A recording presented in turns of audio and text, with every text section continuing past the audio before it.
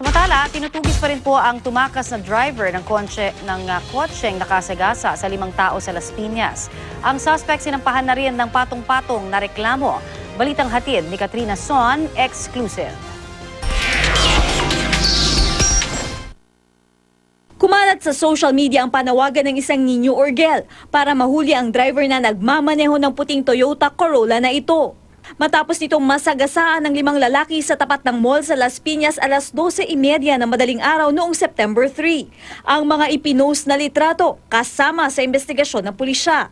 Base sa pagsisiyasat ng Las Piñas Police, bigla raw lumitaw ang humaharurot na puting kotse habang tumatawid ang mga biktima. Matulin yung tao. Yung sasakyan na minamaneho nung suspect. Sakto namang itong 5 taong paraan, padaan papunta dito pabalik sa kanilang pinagtatrabahuan, natumbok yung 5. Dead on the spot ang 3 biktimang sina Dante Ibanez, Enrico Rosales at Marshall Beraya, habang malubhang nasugatan sina Romeo de la Rosa at Christian de la Rosa. Ayon sa pulisya, tila nakainom ang driver na kinilalang si Ropil Belayo. Humingi pa raw ito ng tulong bago tumakas. Panawagan ng mga kaanak ng biktima sa sospek. Sana naman po, makonsensya kayo. Gusto ko na mamatay siya eh. Siguro ako maging masaya kung mamamatay din siya.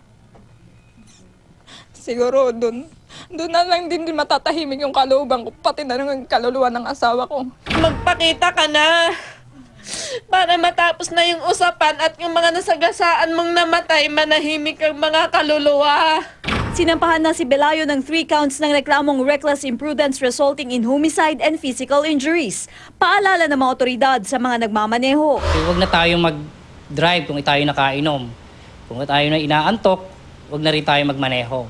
Katrina Son, GMA News.